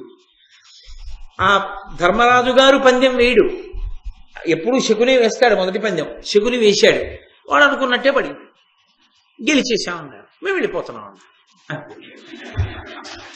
నిజానికి మనం బుర్ర బద్దలు కొట్టుకున్నాం కానీ వాళ్ళేం పెద్దలా చేయలేరు. మేం గెలిచామన్నాడు, మేము వెళ్ళొస్తాం. ఏమంటే వాళ్ళకి కావలసింది అదే, వాళ్ళు అది కావాలనే వచ్చాడు ధర్మరాజు గారు. వీడి తెలియక అదే వాళ్ళకి ఇచ్చాడు. కాకపోతే రాజ్యం తీసుకుంటారని ధర్మరాజు గారు అనుకున్నాడు. 13 ఏళ్లు వేచి ఉండవలసి వచ్చింది. మీకు నేను చెప్పాను కదా, ధర్మమునందు సహనమంతం. అరే 13 ఏళ్ళు అడవిలో ఉండాల్సి వచ్చిందో, ఏడాది అజ్ఞాతవాసం, 12 ఏళ్ళు అరణ్యవాసం. మనం అనుకోలేదు ఇదేమిటి ఇలా తిరగబడింది, ఇప్పుడు మనం ఎలా మాట్లాడదాం, అవతల వాడిని మనం ఎలా బురిడి కొట్టిద్దామని ధర్మరాజు గారు ఏమనుకోలా. 12 ఏళ్ళ అరణ్యవాసం, 1 సంవత్సరం అజ్ఞాతవాసం, పరమాత్మ మన కొరకు, మనని దేని కొరకు చేయిస్తున్నాడు అన్నాడు. వ్యాసుడు వచ్చి అదే చెప్పాడు. ఏమయ్యా, అరణ్యవాసం చేయమంటే 12 ఏళ్ళు చక్కగా అలా ఆ చెట్ల కింద, ఈ చెట్ల కింద, ఆ వనాల కింద, ఈ వనాల కింద తిరుగుతూ సూర్యుడిచ్చిన అక్షయ పాత్రలో ద్రౌపదీదేవి అన్నం వడ్డించి పెట్టేస్తే చక్క తినేస్తూ బ్రాహ్మణులతో ముచ్చట్లాడుకుంటూ కూర్చుని కాలం గడిపేయడం కాదు. 13 ఏళ్లు చటుక్కున తిరుగుతాయి. అవతల యుద్ధం వస్తుంది, కురుక్షేత్ర సంగ్రామం. భీష్ముడు వస్తాడు రథంలో, మీ గురువు గారు ద్రోణుడు వస్తాడు రథంలో. వాళ్ళు వేసే అస్త్రాలకి మళ్ళీ మీరు అస్త్రాలు వెయ్యాలి. చాలదు మీకున్న శక్తి. కాలాన్ని సద్వినియోగం చేసుకోండి, అందుకిచ్చాడు ఈశ్వరుడు మీకు. వెళ్ళమను పరమశివుడి గురించి తపస్సు చేయమని అర్జునుడు అన్నాడు. అంతఃపురమా, పరిపాలన, ఏమైనా పనే? హాయిగా ఖాళీగా ఉన్నాడు. సుఖంగా వెళ్ళి కూర్చుని తపస్సు చేశాడు. పరమేశ్వరుడు ప్రత్యక్షం అయ్యాడు, పాశుపతాస్త్రం ఇచ్చాడు. 12 ఏళ్ల అరణ్యవాసం, 1 సంవత్సరం అజ్ఞాతవాసం అని శకుని నోటి నుంచి వచ్చినటువంటి మాటలు పాండవులకు ఎందుకు పనికొచ్చాయంటే, అస్త్ర సంపదలో ఎంత వెనకబడి ఉన్నారో దాన్ని పూడ్చుకోవడానికి పనికొచ్చాయి. తపస్సులు చేసుకుని తమ ధర్మాన్ని నిలబెట్టుకుని బ్రాహ్మణానుగ్రహం, ఈశ్వరానుగ్రహం పడ్డాడా లేదా శకుని బురిడిలో? తాను గెలిచానని శకుని అనుకుంటున్నాడు. నిజానికి లోపల గెలిచిన వాళ్ళు పాండవులు, లోపల ఓడిన వాళ్ళు ధార్తరాష్ట్రులు. పైకి గెలిచిన వాళ్ళు ధార్తరాష్ట్రులు, పైకి ఓడిన వాళ్ళు పాండవులు. ధార్మికంగా చూస్తే పాండవులది అంతిమమైన గెలుపు. కృష్ణుడు ఉన్నాడు, బాహ్యంలో ఎదురుగుండా కాదు, ప్రచ్ఛన్నంగా కనపడకుండా ఉండి గెలిపిస్తున్నాడు. అది ధర్మో రక్షతి రక్షిత. పాండవులు రక్షింపబడితే ధర్మాన్ని నేను పట్టుకుంటే నేనెందుకు రక్షింపబడను? రక్షింపబడి తీరుతాను, నా స్వామి నన్ను రక్షిస్తాడు. ఈ పూనిక కల్పించడానికి మహాభారత ప్రవచనం వచ్చింది, దీనికోసం మహాభారతం వచ్చింది. కాబట్టి ఇప్పుడు వాళ్ళు బయలుదేరారు. వెళ్ళి ధృతరాష్ట్రుడికి నమస్కారం చేశారు, కుంతీదేవికి నమస్కారం చేశారు, విదురుడికి నమస్కారం చేశారు. మేము ఓడిపోయాం, బయలుదేరుతున్నామన్నారు. భీష్మద్రోణాదులు బాధపడ్డారు. కుంతీదేవిని విదురుడు తోడ్కొని వచ్చాడు. పెద్దదైపోయింది మహాతల్లి. ఆవిడ్ని తీసుకొచ్చి వనవాస పరిక్లేశంబున కోపదు కుంతిదేవి భోజాత్మజగావున నా గృహమున నుండెడు అనవరతము భక్తితో మదభ్యర్చితమై. నాయన, ఈ కుంతీదేవి పెద్దదైపోయింది, వృద్ధురాలు. ఈమె అరణ్యవాస క్లేశాన్ని ఓర్చుకోలేదు. 12 ఏళ్ల అరణ్యవాసం, 1 సంవత్సరం అజ్ఞాతవాసం చెయ్యలేదు. మీ తల్లి, మీరు చెయ్యాలి అరణ్యవాసం. కాబట్టి పరమ పవిత్రంగా ఈ తల్లిని నా ఇంట ఉంచుకుంటాను, నా ఇంట ఉండి ఈమెని నేను అర్చించుకుంటాను అన్నాడు విదురుడు. అది మాట గౌరవం. ఈ 12 ఏళ్ళు మా ఇంట్లో ఆవిడ ఉంటుంది రండి అనలేదు. ఎవరావిడ? సాక్షాత్తుగా పాండురాజు గారి భార్య. పాండురాజెవడు? ధృతరాష్ట్రుడు, విదురుడు, పాండురాజు వీళ్ళందరూ సహజన్ములేగా. కాబట్టి అన్నదమ్ముడి భార్య నేను ఉంచుకుంటానులేండి మా ఇంట్లో ఈ 12 ఏళ్ళు అనలేదు. నా అదృష్టం, నేను అర్చించుకుంటాను. నా బతుకు పండింది, అంతటి మహాతల్లి, ఆవిడ్ని నేను అర్చిస్తానన్నాడు. విదురుడు అంతటి ధర్మాత్ముడే, అంతటి నీతి కలిగిన వాడే, అంతటి మహానుభావుడు కుంతీదేవిని నా దగ్గర ఉంచుకుని నేను రోజు అర్చించుకుంటాను, పూజించుకుంటాను. నా భాగ్యం 13 ఏళ్ళు ఆవిడ పూజ చేయడం, ఆవిడికి అన్నం పెట్టడం అంటే ఆవిడికి పూజ చేయడమే. కాబట్టి ఆవిడ్ని నా ఇంట్లో ఉంచుకుంటానన్నాడు. ఏమిటి కుంతి యోగ్యత? శుద్ధుడు గారు ఎదర వెంటనే చూపిస్తారు. కుంతీదేవి అంది, 5 పాండవులు ద్రౌపదీదేవి వచ్చి నమస్కారం చేశారమ్మా, వెళ్ళొస్తామమ్మా అన్నారు. ఆవిడంది, అధిక లజ్జావనతాస్యుల అగపతాభరణాంబరుల ధర్మపరుల అజిన వల్కల ధారుల వరముని వేషుల పాండుకుమారుల భానునిభుల చూచి దుఃఖితయ్యి, సుతులారా ఇట్టి దుర్వ్యసనోపహతులైన వారి మిమ్ము చూడక ముందర సురలోకమునకేగి పాండుభూపతి పుణ్యభాగి అయ్యే. భక్తి పతితోన పోవ తపంబు చేసే మాద్రి ఏ నేల పోవక మందభాగ్యనైతినని విలాపించుచు అప్పుడు కుంతి ఏడ్చే దుఃఖితులుగుచుండు నెల్లవారు. ఆవిడ కొడుకుల్ని చూసి అంది, ఒరే నాయనలారా, చాలా సిగ్గుతో తల ఉంచుకున్నారు. అమ్మా, ఇంత కష్టపడి పెంచి పెద్ద చేశావు, అంత సామ్రాజ్య వైభవంలో ఉండి నిన్ను సార్వభౌముడి తల్లి అని లోకం గౌరవించేటట్టుగా అంతఃపురంలో ఉండవలసిన తల్లివి, ఎంత కాదన్నా పరుల పంచన తలదాచుకునేటట్టు నిన్ను విడిచిపెట్టి, అమ్మా ఎలా ఉందమ్మా అని అడగడానికి కూడా వీలు లేకుండా 13 సంవత్సరాలు వెళ్ళిపోతున్నాం. ఇది వాళ్ళ సిగ్గు. రాజ్యం పోయిందని కాదు. ఒక కొడుకు సిగ్గుపడవలసింది దేనికంటే, నాన్నగారు కాళ్ళు లాగుతున్నాయిరా అంటే, నాన్నగారండి కాళ్ళు లాగుతున్నాయా అని నాన్నగారి పక్కన మంచం మీద కూర్చుని కాళ్ళు పట్టడం కన్నా కూడా విదేశాలు ఎడితే 10,000 ఎక్కువ వస్తుందని పోయినందుకు సిగ్గుపడాలి. నాన్నగారి కాళ్ళు పట్టడం కన్నా అక్కడొచ్చే 4 రూపాయలు ఎక్కువయ్యాయి. నాన్నగారు చెమట పట్టి ఇంటికొచ్చి ఆయన లాల్చి ఆయన మడతెట్టుకున్నాడు. అదే నేనుంటే మా నాన్నగారి లాల్చి నేను మడత పెట్టేవాణ్ణి. మా నాన్నగారి లాల్చి మడత పెట్టడం కన్నా నాకు విదేశాలు వెళ్ళి కొన్ని 1000 రూపాయలు సంపాదించుకోవడం ముఖ్యమైపోయిందని వెళ్ళిపోయిన కొడుకు సిగ్గుపడాలి. తండ్రి సేవ కన్నా తల్లి సేవ కన్నా వాళ్ళు వృద్ధులవుతుంటే వాళ్ళని అనుగమించడం కన్నా తనకి డబ్బు ఎక్కువైనందుకు, ఒకవేళ అలా వెళ్ళమని తల్లిదండ్రులు ప్రోత్సహించి ఉంటే అసలు వాళ్ళ మీద తీర్పు చెప్పడానికి నా దగ్గర మాటలు లేవు. కాబట్టి నేనన్నది తాత్కాలికము కాదు, శాశ్వతంగా వెళ్ళిపోయిన కొడుకుల గురించి. ఏదో తప్పనిసరి పరిస్థితుల్లో కొంతమంది కొద్ది కాలం వెళ్ళొస్తారు, వాళ్ళని నేను తప్పు పట్టట్లేదు. అది దోషం కూడా అలా తప్పు పడింది. ఎవడైనా ఉద్యోగం చేసేటప్పుడు ఎక్కడికైనా పంపించవచ్చు. ఓ 5 నెలలో 4 నెలలో 3 నెలలో తప్పక వెళ్ళి ఉండొచ్చు. నేను వాళ్ళని తప్పు పట్టట్లేదు. తల్లిదండ్రులు ఏమైనా పర్వాలేదని విదేశాల్లో స్థిర నివాసం ఏర్పరచుకున్న ధూర్తుల్ని మాత్రం నేను వదిలిపెట్టట్లేదు.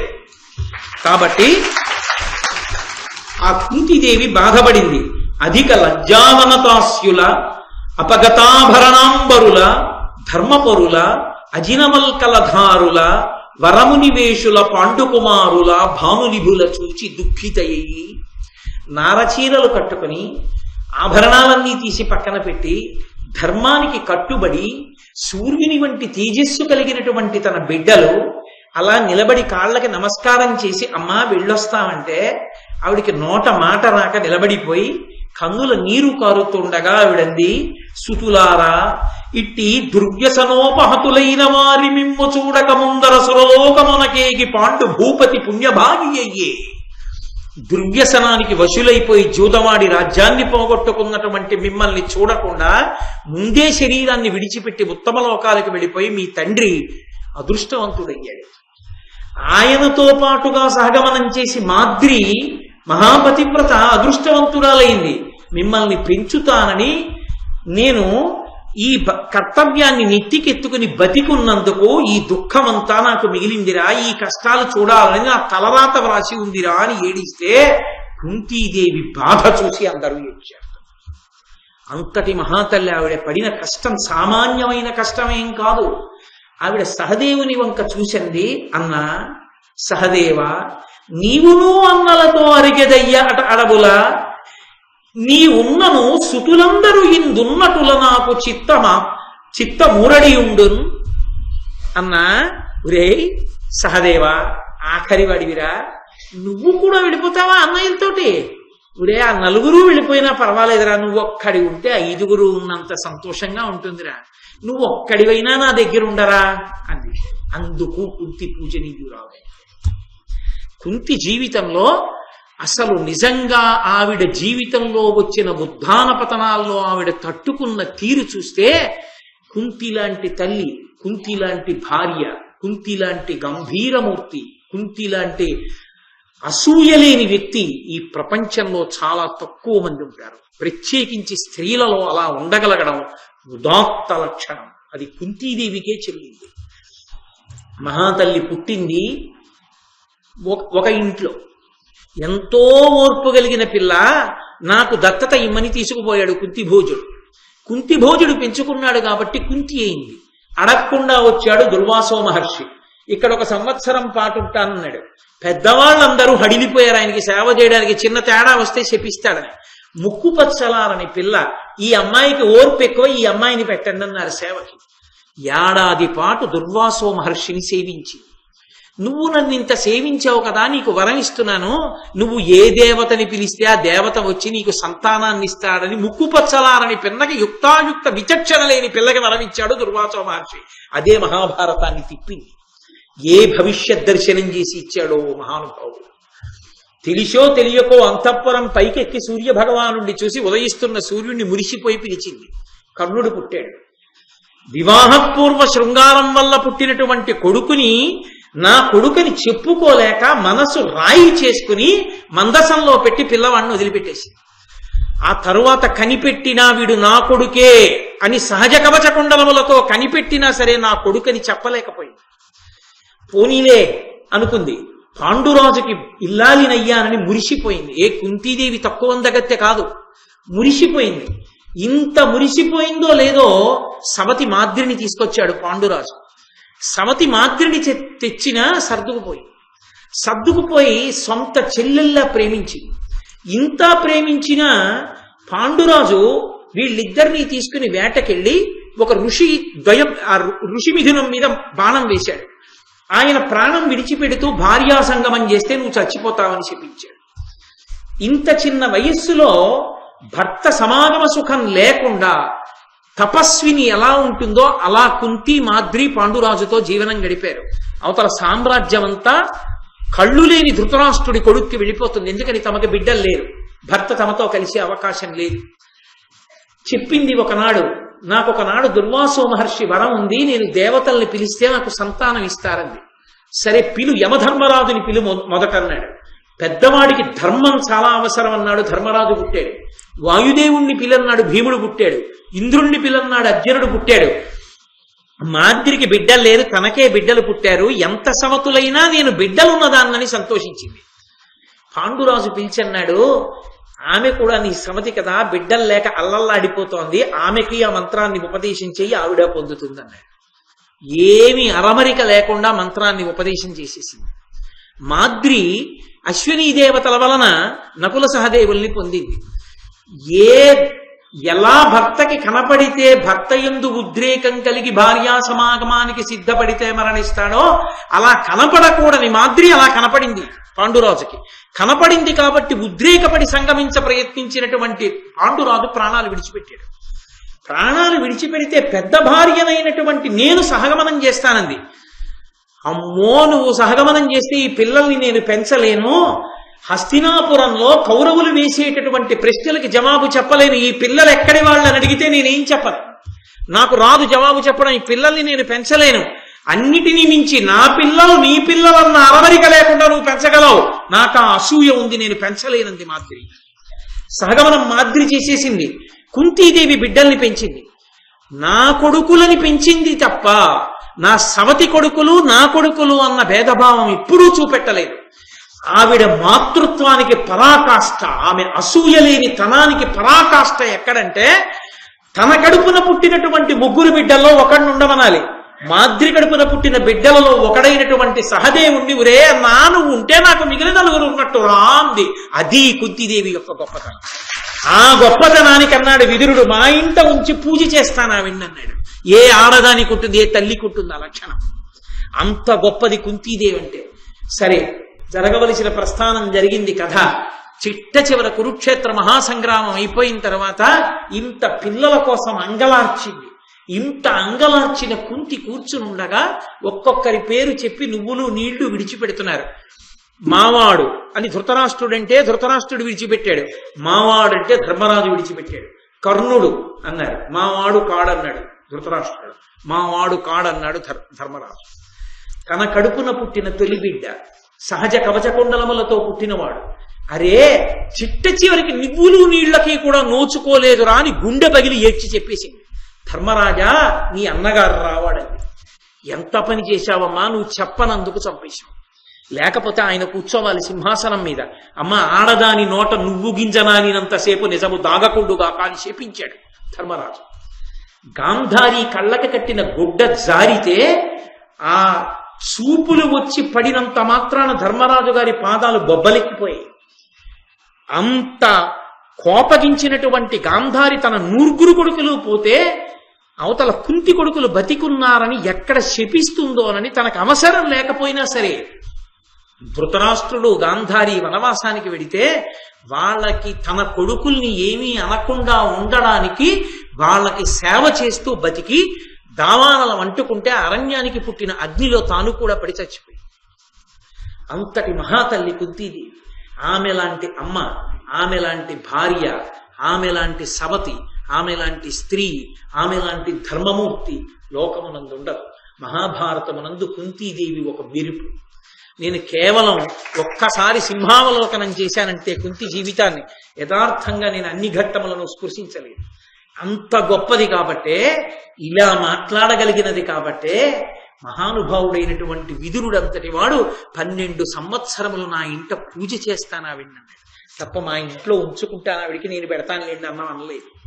కాబట్టి ద్రౌపదీదేవి వంక తిరిగి కుంతీదేవి అంటుంది, ధవలాక్షి నీ కతంబున పవిత్రమై త్రుపద కులము పాండుకులంబొన్ భువనముల వెలిగే నీ ఉద్భవమౌటను జొచ్చుటను శుభస్థితితోడన్.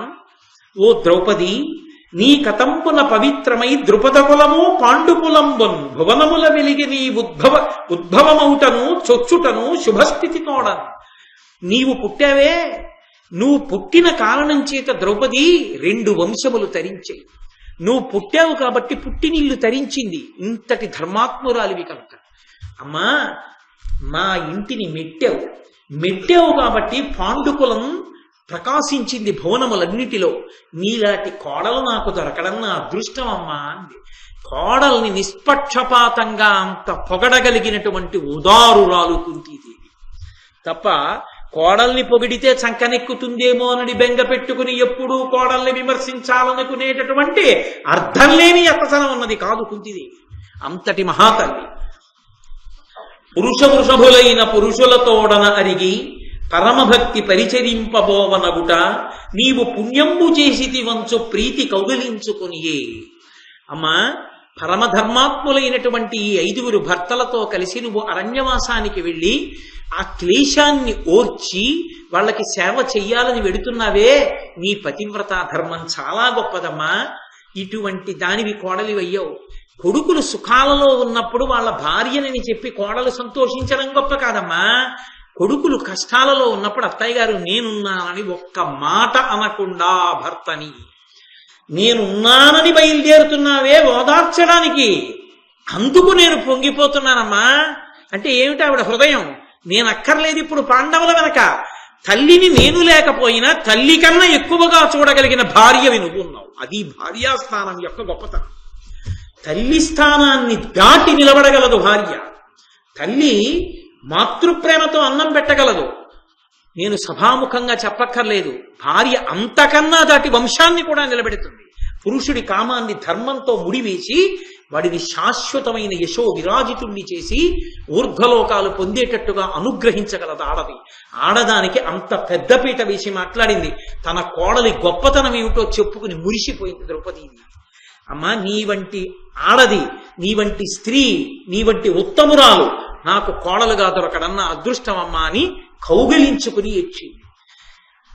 ద్రౌపదీదేవి లాంటి కోడలు, కుంతీదేవి లాంటి అత్తగారు ఏ ఇంటనైనా ఉంటే ఆ ఇల్లు నిజంగా దర్శనీయ స్థలం. కాబట్టి ఇప్పుడు పాండవులు బయలుదేరారు ద్రౌపదీదేవితో కలిసి. 5గురు బయలుదేరి నడిచి వెడుతుంటే ఆ కుంతీదేవి ఏడిచినటువంటి ఏడుపు చూశాడు భీముడు. దుష్టచిత్తుడైన కష్టు దుర్యోధను శిరము తన్నుమాడ ధరణి కూల్చి హీనుడైన దుస్ససేనుని వధించి వేడి రక్తమానువాడగడగి. ఇంతమంది బాధపడడానికి కారణమైనటువంటి దుర్యోధనుడి యొక్క తొడలు విరగొడతానని ఇంతకు ముందు ప్రతిజ్ఞ చేశాను. తొడలు విరగొట్టడం కాదు, తొడలు విరగొట్టి కింద పడగొట్టి నేల మీద పడిపోయిన దుర్యోధనుడి యొక్క తలని నా కాలుతో తంతాను. ఇప్పుడు కొత్త ప్రతిజ్ఞ చేస్తున్నాను. దుశ్శాసనుడి గుండెలు బద్దలగొట్టి నెత్తురు దోషిళ్లతో తీసి తాగుతాను అని ఆస్వాదింతును గ్రకృతి అని మళ్ళీ ఒకసారి ప్రతిజ్ఞని అధికంగా చేసి భీమసేనుడు బయలుదేరాడు. అర్జునుడు కనకోర్వీధరసానుసార రుచిమద్గండీవ నిర్ముక్త పత్రిని పీతారుణ వారిశేషము పతత్రివ్రాతము త్రావునయ్యని నాతోడ 4వ శతాబ్దమున మారైపోరు కర్ణాది దుర్జన సంఘంబుల మర్తురందునుముదున్ సంగ్రామ రంగంబునన్. నేను గాంధీవం పట్టుకుని అక్షయ బాణతూణీరంలోంచి సవ్యసాచిని ఏ చేత్తో బాణం సంధించి వేస్తున్నానో తెలియనంత వేగంగా గాంధీవమునకు సంధించి బాణ పరంపర విడిచిపెడుతుంటే కర్ణాది మహావీరులందరూ 14 సంవత్సరముల తర్వాత జరిగే 14వ సంవత్సరమునందంటే 12 అరణ్యవాసం, 1 అజ్ఞాతవాసం అయిపోగానే 14వ ఏట జరిగేటటువంటి కురుక్షేత్ర సంగ్రామంలో నా బాణములు తాగినంత నెత్తురు తాగగా మిగిలిన నెత్తుటిని గద్దలు రాబందులు కురుక్షేత్ర రణభూమిలో తాగితే కర్ణాది శత్రువీరులందరినీ కూడా సంహరిస్తానని ప్రతిజ్ఞ చేసి అర్జునుడు ఇసక చల్లుతూ బయలుదేరాడు. నకులుడు సహదేవుడు మాయాజ్యూతంబున నిర్జేయులుగా మమ్ము ఇట్లు చేసిన కలు అన్యాయపరు శకుని అస్మత్ఛాయక జితహస్తు చేసి చంపుదు మాజిన్. మేము యుద్ధంలో మమ్మల్ని అక్రమమైనటువంటి అన్యాయమైనటువంటి మోసపూరితమైనటువంటి ఈ జూద క్రీడలో ఓడించినటువంటి దుర్మార్గుడైనటువంటి శకునిని మా ఖడ్గముల చేత యుద్ధంలో సంహరిస్తామని ప్రతిజ్ఞ చేసి నకుల సహదేవులు బయలుదేరారు. అలా బయలుదేరుతుంటే ఆ పాండవులు అంతఃపురం దాటి బయటికి వెళ్ళగానే విదురుని యొక్క అంతఃపురంలో బ్రహ్మాండమైనటువంటి దుశ్శకునములు గోచరించాయి. ధృతరాష్ట్ర విభుని మందిరమున అరతుచు బరచ గోమాయువుల్ పట్టపగల అప్రతక్షణముగా నెయ్య నుల్కాపాత అపమేఘమయ్యున్న అంబరమున విద్యుత్సహస్రముల్ విలసిల్లే మరి రాహు పర్వంబుగాకయ భానుపట్టే భూకంపమయ్యనప్పుడు సభాంతరమున నరులెల్ల వినిచుండ నారతుండు పలికనద్భుతముగా 14వ ఏడు భారతాజీయగు అపార వీరులైన పాండవులు జయం పొందుదురు భీమ అఘవ సుతుల విక్రమముననుచు. ఆ ధృతరాష్ట్రుని యొక్క మందిరంలో నక్కలు ప్రవేశించి పడక గదిలో పూజా గదిలో ప్రవేశించి పెద్దగా అరుపులరిచాయి. అప్రదక్షిణంగా అకస్మాత్తుగా పైనుంచి ఉల్కలు జారి భూమి మీద పడ్డాయి. ఆకాశంలో నిర్మలంగా ఉన్నటువంటి చోట నిష్కారణంగా తోకచుక్కలు కనబడ్డాయి. పెద్ద పెద్ద మెరుపులు మెరిశాయి. అకారణంగా గ్రహణ సమయం కాకపోయినా రాహు బయలుదేరి వచ్చి సూర్యుణ్ణి పట్టుకున్నాడు. ఒక్కసారి భూమి అంతా కంపించింది. సభయందుండేటటువంటి సభాసదులందరూ వింటుండగా అకస్మాత్తుగా నారద మహర్షి వచ్చి సంతోషంతో కేరింతలు కొడుతూ 14వ సంవత్సరమునందు కురుక్షేత్ర మహాసంగ్రామం సంభవిస్తుంది. అందులో అర్జునుని యొక్క భీమసేనుని యొక్క పరాక్రమం చేత ధార్తరాష్ట్రులందరూ కూడా ఈల్గుతారు. వీళ్ళందరూ సంహరింపబడతారు, పాండవులు జయిస్తారని పెద్దగా అరుస్తూ ప్రకటనం చేశాడు. విన్నాడు ధృతరాష్ట్రుడు, హడిలిపోయాడు. అవతల పాండవులు బయలుదేరి వెళ్ళిపోతున్నారు. అలా బయలుదేరి వెళ్ళిపోతుంటే వీరులకు పాండుసుతులు మహారణ్య నివాస నిరతులయి ధరణీ బృందారక సహస్రారములతో సారమతుల్ సనిరి నిత్య సత్యవ్రతులై నిత్య సత్యవ్రతులైనటువంటి పాండవులు బ్రాహ్మణ సమూహములతో కలిసి కొన్ని వేల మంది బ్రాహ్మణులు ధౌమ్యుడు ద్రౌపదీదేవి అనుగమిస్తుండగా వాళ్ళు బయలుదేరి అరణ్యవాసానికి వెడుతున్నారు. అలా వెడుతున్నటువంటి సమయంలో ఆ విదురుడిని పిలిచి ధృతరాష్ట్రుడు అడిగాడు, వాళ్ళు ఎలా వెళ్లారు, వెడుతున్నప్పుడు ఏం మాట్లాడారో నాకు చెప్పని అడిగాడు. విదురుడు అన్నాడు, వదన సరోజంబు వస్త్రాంతమున గప్పికొని ఏగి ధర్మనందనుండు మరియు భీమ బాహుబల రెండు పెద్దలుగా చేచి ఘనసత్తుడు అమ్మరుత్తనయ తనయుడరిగే ఇసుము చల్లుచు అమరేంద్ర పుత్రుడు ఓయే భూరేణు లిప్త శరీరుడగుచు నకులుండు సనియే మానక లజ్జ చేసి యథోవక్త్రుండై సహదేవుడరిగే వివృత కేశభారము వ్రేలంగ ద్రౌపదిననియే అనియే రౌద్ర యామ్య సామగాన ముఖరితాస్యుడగుచు మ్రోల ధౌమ్యుడేగి సకల జనుల చోక జలదిదేలా. వాళ్ళు వెళ్ళినటువంటి క్రమాన్ని విదురుడు ధృతరాష్ట్రుడితో చెప్తున్నాడు. ధర్మరాజు గారు వెళ్లేటప్పుడు తన ముఖం ఎవ్వరికీ కనపడకుండా బట్ట ముఖానికి కప్పుకుని బయలుదేరి వెళ్ళాడు. ఎందుచేత? ధర్మరాజు గారు సిగ్గుతో ముఖానికి కప్పుకున్నవాడు కాదు. ధర్మరాజు గారు అటువంటి అవమానాన్ని పొంది వెడుతుండగా ఆయన ముఖంలో అవమానము బాధ జాడ కనపడితే ఆ రాజ్యము నశించిపోతుంది. అందుకని ముఖాన బట్ట కప్పుకుని జనక్షయం కాకూడదని ఆ హస్తినాపుర వాసులకి శుభం కలగాలని ముఖానికి బట్ట కప్పుకుని వెళ్ళాడు ధర్మరాజు. వాళ్ళు బాధ వ్యక్తమైతేనే చంపగలరు, అంతటి మహానుభావులయ్యా. మరియు భీమసేనుడు రెండు చేతులు ఇలా బాగా చాపి కాళ్ళు వెడల్పుగా వేస్తూ నడిచి వెళ్ళాడు. అమ్మయ్యా, అవకాశం చిక్కింది, 13 ఏళ్లు నడిచిపోతాయి ఈ రెండు చేతులతోటి. దుశ్శాసనుడి గుండెలు చీల్చేస్తా, దుర్యోధనుడి తొడలు విరిచేస్తా అన్న ఆనందంతో రౌద్రమైనటువంటి ముఖంతో రెండు చేతులు బాగా చాపి వెడుతున్నాడు. అర్జునుడు వెడుతూ మధ్యలో గుప్పెళ్లతో ఇసుక తీసి చల్లుతున్నాడు.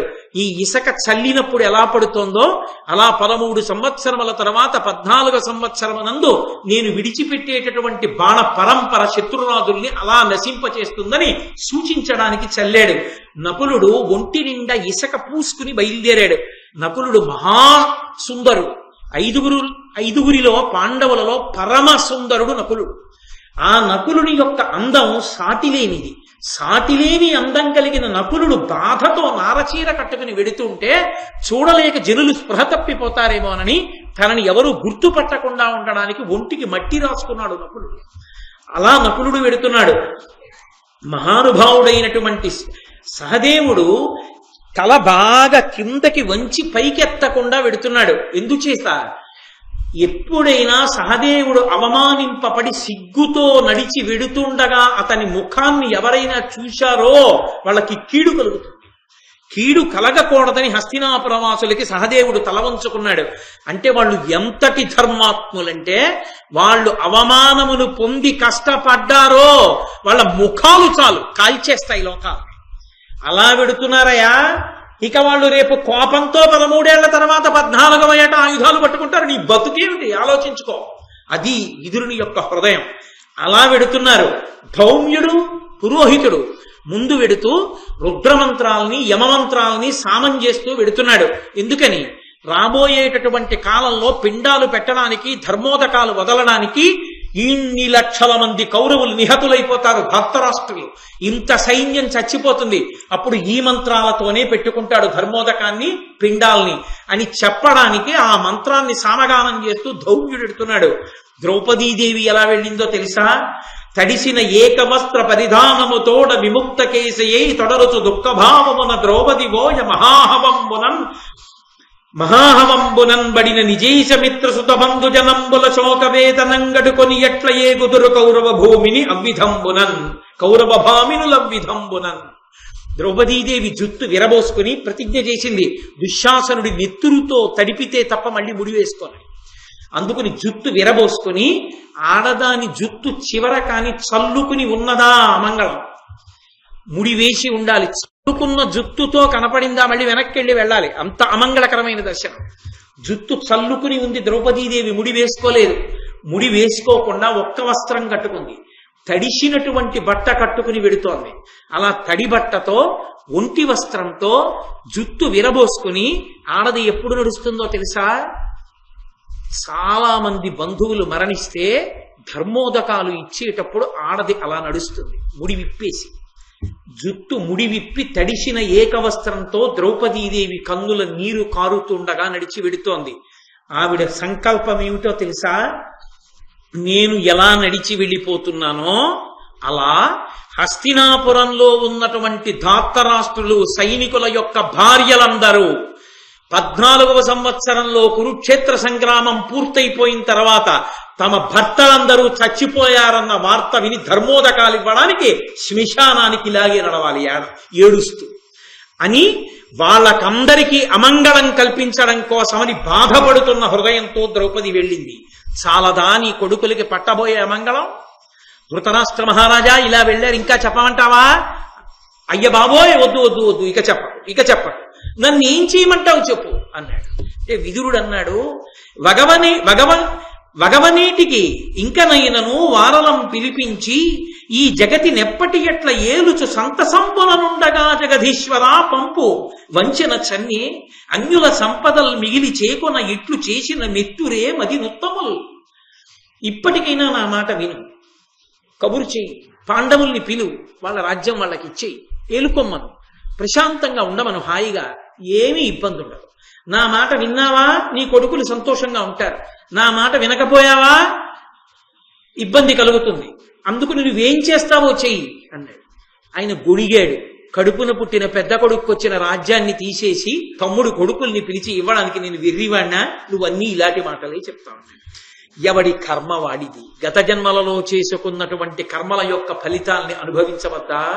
అందుకని ధృతరాష్ట్రుడు అనుభవించడానికి సిద్ధపడుతున్నాడంటూ నన్నయ్య గారు సభాపర్వాన్ని పూర్తి చేశారు. కాబట్టి సభాపర్వాన్ని పూర్తి చేసేటప్పుడు పాండవులు అరణ్యవాసానికి ద్రౌపదీదేవితో ధౌమ్యుడితో బ్రాహ్మణ సమూహములతో కలిసి వెళ్ళిపోయారు అన్న మాట దగ్గర పూర్తవుతుంది. కానీ పాండవులు రాజ్యాన్ని విడిచిపెట్టుకుని వెళ్ళిపోతున్నటువంటి ఘట్టం దగ్గర పూర్తి చేయడం మంగళప్రదమా అంటే మంగళప్రదమే. అన్నిటికన్నా మంగళం ఏమిటో తెలుసా? ధర్మ సంస్థాపనయే మంగళం, ధర్మం గెలవడమే మంగళం.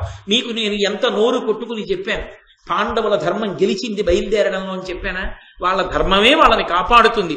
విదురుడు చెప్పేశాడుగా, వాళ్ళ వెళ్ళడమే ధార్తరాష్ట్రులకు అమంగళం, ధార్తరాష్ట్రులకు అమంగళమే పాండవులకు మంగళం. అంటే పాండవులు రాబోయే రోజుల్లో రాజ్యాన్ని పొందబోతున్నారు, అద్భుతమైనటువంటి స్థితిని పొందబోతున్నారు. కురుక్షేత్ర మహాసంగ్రామం జరుగుతుంది, ధర్మ సంస్థాపన జరుగుతుంది, కృష్ణ భగవానుడి యొక్క అవతార ప్రయోజనం పూర్తవుతుంది. అది అంతర్లీనమైన సందేశం గనక సభాపర్వము మంగళవాక్కుతో పూర్తయినట్లే. అలా లేదని అనుకోకుండా ఒకసారి మళ్ళీ ప్రకటనంగా నేను ఆ మంగళవాక్కు పలికాను. ఇవాళ సభాపర్వం పూర్తి చేశాం. రేపటి రోజు నుంచి ఆరణ్య పర్వం మొదలవుతుంది. ఆరణ్య పర్వంలో అందున అదృష్టం ఏమిటంటే రేపటి రోజున ఆదివారం నాడు సూర్య భగవానుండి ధర్మరాజు స్తుతి చేస్తే అక్షయ పాత్ర పుచ్చుకున్నటువంటి వైభవోపేతమైనటువంటి ఘట్టం రేపు వస్తుంది. కాబట్టి రేపటి రోజున ఆరణ్య పర్వాన్ని ప్రారంభం చేస్తాను. కృష్ణ భగవానుడి అనుగ్రహంతో ఆ పర్వాన్ని కూడా పూర్తి చేసి నన్ను అనుగ్రహించమని కృష్ణ భగవానుడి ప్రార్థన చేస్తూ తిరిగి రేపు సాయంకాలం